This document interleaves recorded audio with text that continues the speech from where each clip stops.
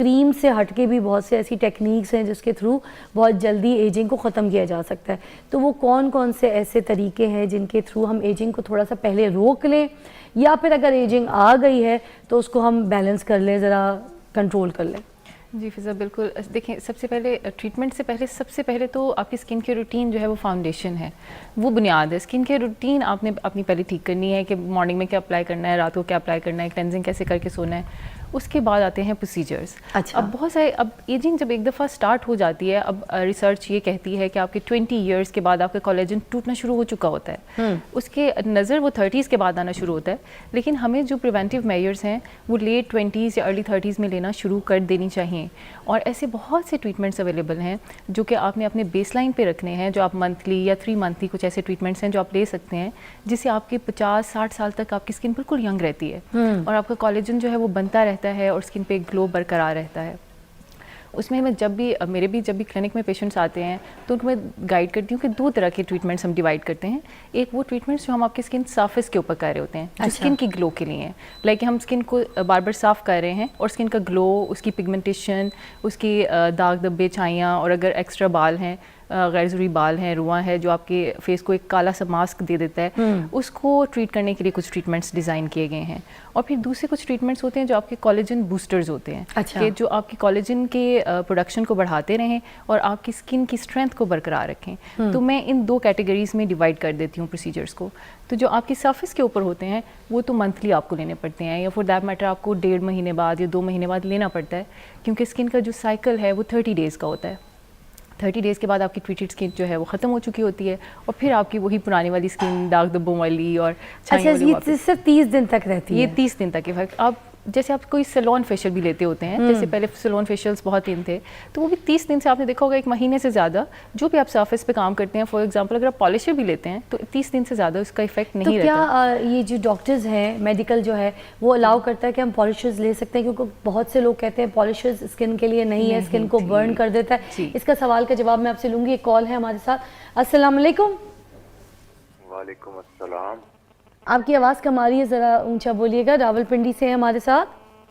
उबैद बात कर रहा हूँ। उबैद जी। फिजा जी, कैसे हैं? शुक्र अल्हम्दुलिल्लाह, आप कैसे हैं? ग्रेट। मैंने जैसे कि बताया कि आज जो है मेरे भाइयों के लिए भी स्पेशल शो है, तो आप बताइए क्या पूछना चाहेंगे? एजिंग हमारा टॉपिक है। जी जी, बहन से एक सवाल है मेरा जी। कि मेरी स्किन जो है वो ऑयली है। अच्छा। तो कोई ऐसा टोटका कह लें या कुछ ऐसी चीज मुझे आप जो बता सकें कि जिससे जो है ये ऑयली स्किन थोड़ी सी कम हो जाए।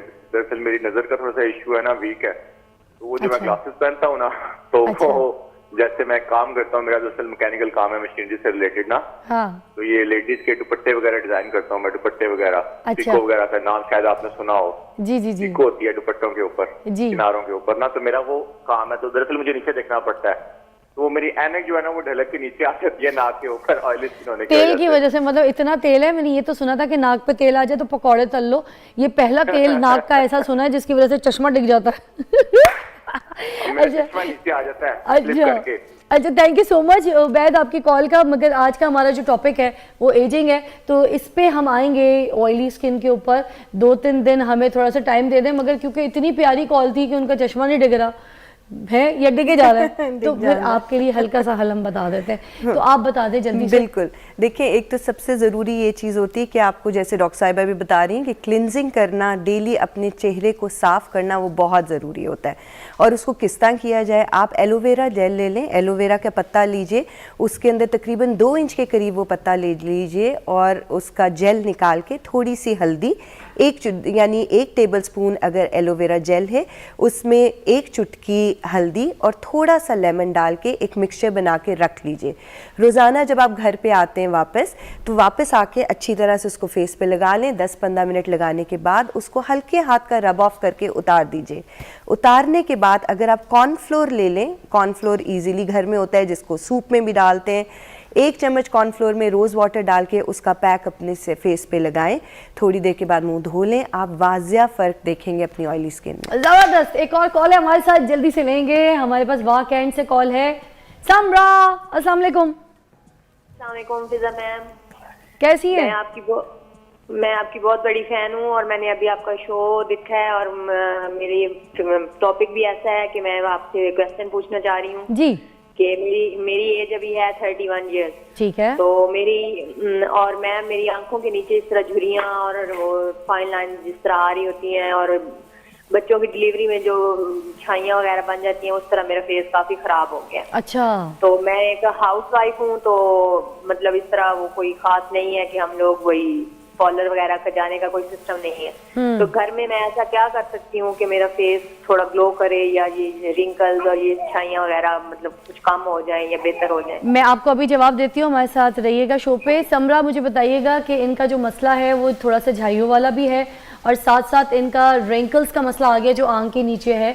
बच्चे भी देख रही हैं तो अपनी स्किन केयर वैसी नहीं कर पा रही, तो कोई ऐसा इनको बता दीजिए कि वो जिससे अपना जो है स्किन को टेक केयर कर सके।